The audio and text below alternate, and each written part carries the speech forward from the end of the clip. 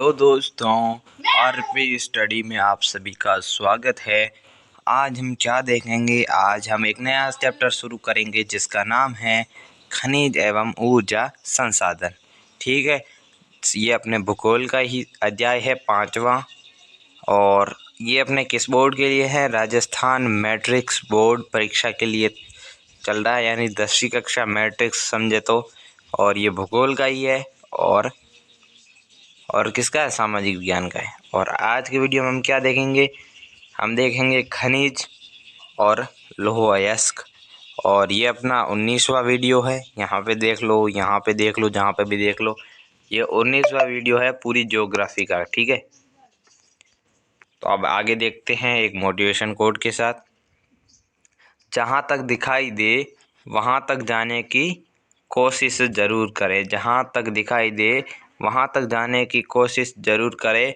जब आप वहाँ पहुँचेंगे तो आप इससे आगे भी देख पाओगे। जहाँ तक दिखाई दे वहाँ तक जाने की कोशिश करें। जब आप वहाँ पहुँचेंगे तो आप इससे आगे भी देख पाएंगे, यानी आगे से आगे बढ़ते रहो ज़िंदगी में। और चैप्टर का नाम है खनिज एवं ऊर्जा संसाधन।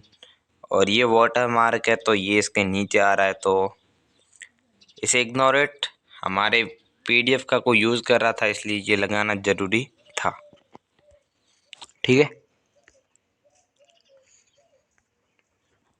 अब देखते हैं खनिज है क्या। तो खनिज जो ज़मीन से निकालते हैं वो खनिज है। ठीक है, भूवैज्ञानिकों के अनुसार खनिज एक प्राकृतिक रूप में विद्यमान समरूप तत्व है जिसकी एक निश्चित आंतरिक संरचना होती है। जो जमीन के अंदर से निकालते वो खनिज होता है। और जिन खनिज का हम एकदम साफ करके और यूज़ करते हैं मार्केट में बेचने के लिए, उसे कहते हैं अयस्क। खनिज एक नहीं होता है, अयस्क एक होता है। खनिज पूरा एक ग्रुप में आता है और अयस्क पर्सनली कोई चीज़ें आती है। देख लो, ये कोई है बहुमूल्य चीज़ें, पता नहीं क्या है, मुझे नहीं पता। आगे देखते हैं। हम देखो खनिजों का वर्गीकरण किया है। पहले आए धात्विक, अधात्विक, ऊर्जा खनिज। धात्विक 3 प्रकार के हैं: लौह धातु, अलोह धातु और बहुमूल्य खनिज। ठीक है, ये डायग्राम समझ गए। अब यहाँ देख लो, ये आपके बुक का है। धात्विक, अधात्विक, ऊर्जा खनिज। लौह धातु, जिनमें लोहे के कुछ अंश हो, जिनमें लोहे के अंश हो उसे क्या कहते हैं भाई? जो धातु होते हैं उन्हें कहते हैं धात्विक खनिज, और जिसमें लोहे के अंश होते हैं उसे कहते हैं लौह धातु। और उदाहरण क्या? लौह धातु से मतलब है कि उनमें चुंबकीय गुण होने चाहिए, और चुंबकीय गुण लौह अयस्क और मैग्नीज, निकल और व कोबाल्ट में। ठीक है, अलोह जिसमें चुंबकीय गुण नहीं है। तांबा, सीसा, जस्ता व बॉक्साइट आदि। बहुमूल्य खनिज है सोना, चांदी और प्लेटिनम। प्लेटिनम सबसे महंगा, उसके बाद सोना और उसके बाद चांदी। नेक्स्ट है अधात्विक। अधात्विक खनिज कौन कौन से हैं? अभ्रक है, नमक है, पोटास, सल्फर, चूना पत्थर, संगमरमर, बलुआ पत्थर। और खनिज संसाधन ऊर्जा खनिज कौन से हैं? कोयला, पेट्रोलियम और प्राकृतिक गैस। ठीक है, अब मैंने बोल दिया कि खनिजों की प्राप्ति जमीन से होती है, पर जमीन से निकाला कैसे जाता है, इनकी सफाई कैसे की जाती है, कहाँ पे पाए जाते हैं, किस तरह इनका निर्माण होता है, ये सब हम पढ़ लेते हैं अभी। ठीक है, तो पहले सामान्य रूप से खनिज अयस्क में पाए जाते हैं। ठीक है, और किसी भी खनिज में अन्य अवयवों या तत्वों के मिश्रण का संचयन के लिए अयस्क शब्द का प्रयोग किया जाता है। जो कचरे से मुक्त हो वो अयस्क होता है। खनिज प्राय निम्नलिखित शैलों में पाए जाते हैं। शैल का मतलब होता है बड़े बड़े चट्टान। खनिजों की प्राप्ति, सबसे पहला है आग्नेय तथा कायांतरित चट्टानों में खनिजों की उपलब्धता। आग्नेय तथा कायांतरित चट्टानें, ये जो आग्नेय और कायांतरित चट्टानें होती हैं, इनमें खनिज दरार और भ्रंश, जो दरार होती है या भ्रंश होते हैं, उनमें पाए जाते हैं। छोटे जमाव शिराओं के रूप में, वृहद जमाव परत के रूप में होते हैं। जो छोटे खनिजों की परत होती है वो शिराओं के रूप में होती है, और जो बड़े खनिज के भंडार मिलते हैं वो परत के रूप में मिलते हैं। मुख्य अधात्विक खनिज जैसे जस्ता, तांबा है। तो मुख्य अधात्विक खनिज कौन कौन से हैं? तांबा है, जिंक है, सीसा है। और इसी प्रकार ये कहा किस तरह पाए जाते हैं? सीरा यानी पतली परतों के रूप में पाए जाते हैं। ठीक है, कौन? जो ये अधात्विक खनिज होते हैं ये सब। दूसरा है अवसादी चट्टानों में खनिजों की उपलब्धता। अवसादी चट्टानों में अनेक खनिज सस्तरों या परतों में पाए जाते हैं, यानी कि बड़े वृहद रूप में भंडार है, इसलिए तो वो पाए जाते हैं परतों के रूप में। इनका निर्माण क्षैतिज परतों के निक्षेपण, संचयन या जमाव का परिणाम है। कोयला कुछ अन्य प्रकार के लौह अयस्कों जैसे जिप्सम, पोटास, नमक व सोडियम अवसादी चट्टानों में पाया जाता है। ठीक है, यहाँ से तो प्रश्न बहुत ना के बराबर ही आता है, पर पढ़ लेते हैं। पढ़ने में क्या जाता है? धरातलीय चट्टानों का अपघटन। खनिजों के निर्माण की एक अन्य विधि धरातलीय चट्टानों का अपघटन है। चट्टानों में घुलनशील तत्वों का अपरदन के उपरांत अयस्क वाली अपशिष्ट चट्टानें रह जाती है और बॉक्साइट का निर्माण होता है। बॉक्साइट, इनके बारे में हम पर्सनली आगे पढ़ेंगे, इनका निर्माण कैसे होता है। ठीक है, पहाड़ियों के आधार तथा घाटी तल में खनिजों की उपलब्धता। पहाड़ियों के आधार तथा घाटी तल की रेत में जमाव के रूप में कुछ खनिज पाए जाते हैं। इस प्रकार के खनिजों में सोना, चांदी, टिन, प्लेटिनम यानी जो महंगे वाले हैं बहुमूल्य खनिज, और महासागरीय जल में खनिजों की उपलब्धता। महासागरीय जल में भी विशाल मात्रा में खनिज पाए जाते हैं।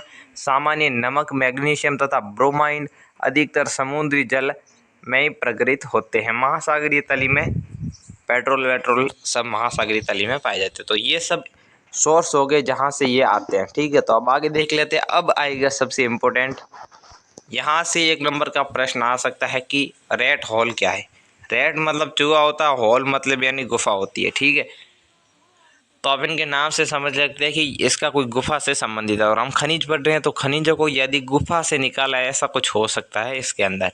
क्या ये एक बिग बॉक्स के अंदर है? क्या आप जानते हैं कि भारत में अधिकांश खनिज राष्ट्रीयकृत है? इनका निष्कर्षण सरकारी अनुमति के पश्चात ही संभव है। ठीक है, आपको पता ही होगा कि खनिज कोई भी निकालना हो, यदि आपके खेत में खनिज निकल गया होगा, फिर भी गवर्नमेंट की अनुमति के बिना आप उसे नहीं निकाल सकते।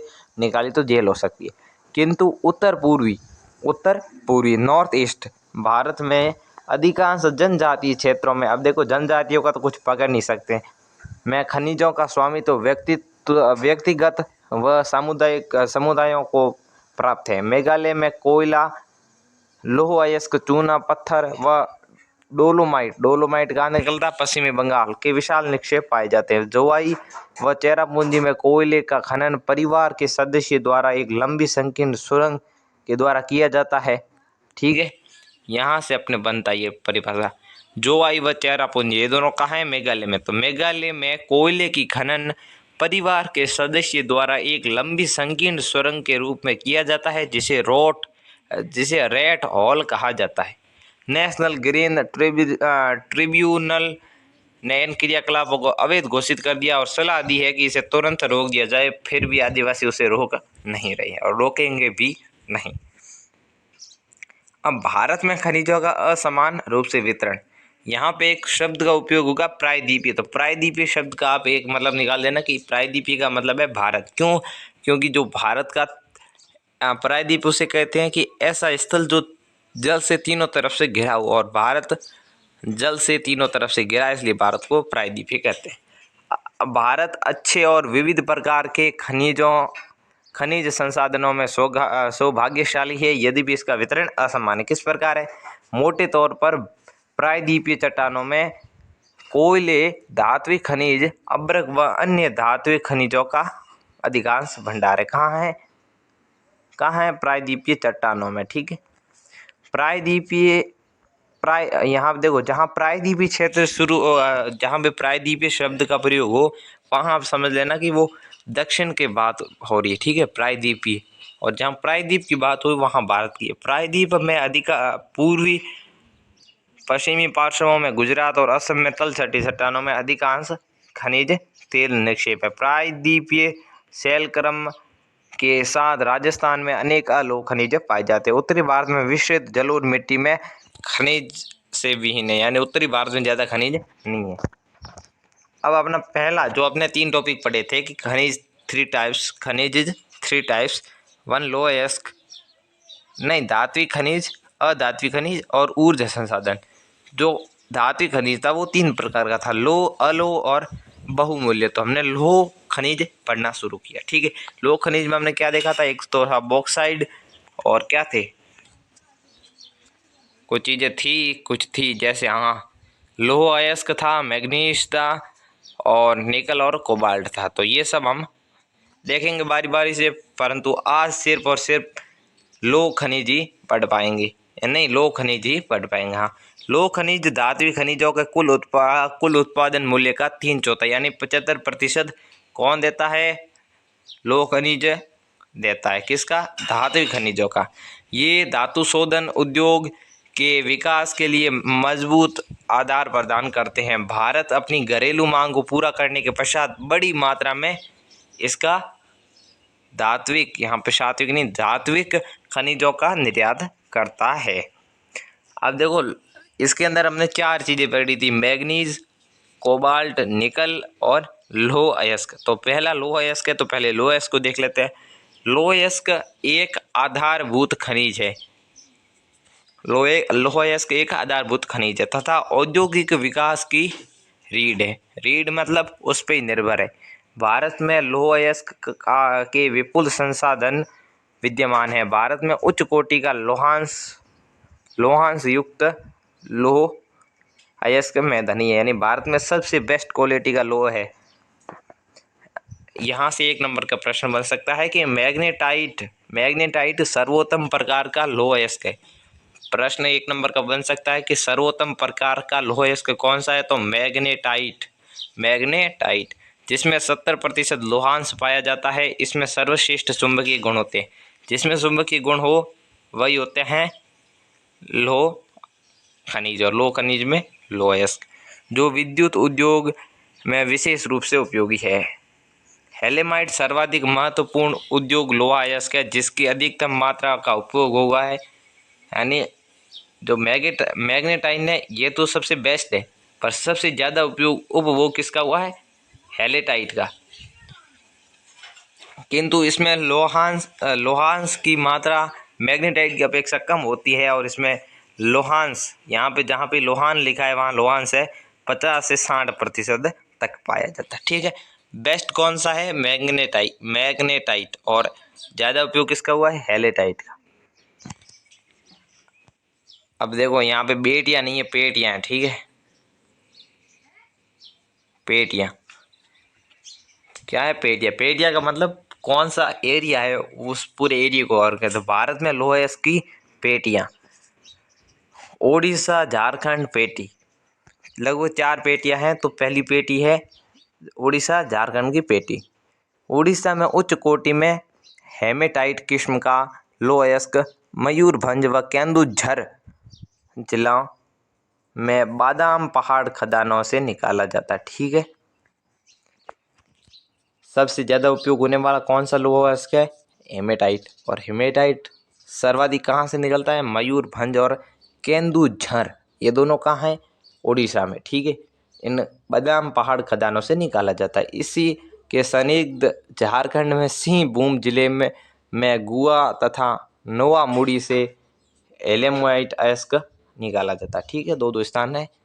और यह ध्यान रखना कि इस बात का ध्यान रखना कि मयूरभंज उड़ीसा में है, केंदुझर उड़ीसा में, और गुआ उड़ीसा में है, सिंहभूम उड़ीसा में है और गुआ उड़ीसा में। अब दूसरा है कि दुर्ग बस्तर चंद्रपुर पेटी। दूसरी पेटी कौन सी है, दुर्ग बस्तर चंद्रपुर पेटी। यह पेटी महाराष्ट्र छत्तीसगढ़ राज्य के अंतर्गत पाई जाती है। छत्तीसगढ़ के बस्तर जिले में बेलाडीला पहाड़ी, बेलाडीला का क्या मतलब है, अगले वीडियो में बताऊं या आप बताऊं, बेलाडीला। ठीक है, नेक्स्ट वीडियो में बताऊंगा। बेलाडीला पहाड़ी श्रृंखला में अति उत्तम कोटि का हेमेटाइट पाया जाता है, जिसमें गुणवत्ता के 14 जमाव मिलते हैं। ठीक है, और इसमें इस्पात बनाने के लिए सर्वश्रेष्ठ भौतिक गुण विद्यमान है। इन खदानों में लौह अयस्क को कहाँ ले जाया जाता है? विशाखापट्टनम। पत्तन का मतलब होता है बंदरगाह। विशाखापट्टनम बंदरगाह कहाँ है? आंध्र प्रदेश में। वहां से ले जाकर जापान और दक्षिण कोरिया में निर्यात किया जाता है। तीसरा है बल्लारी, चित्रदुर्ग, चिकमंगलुरु, तुमकुरु। क्या है?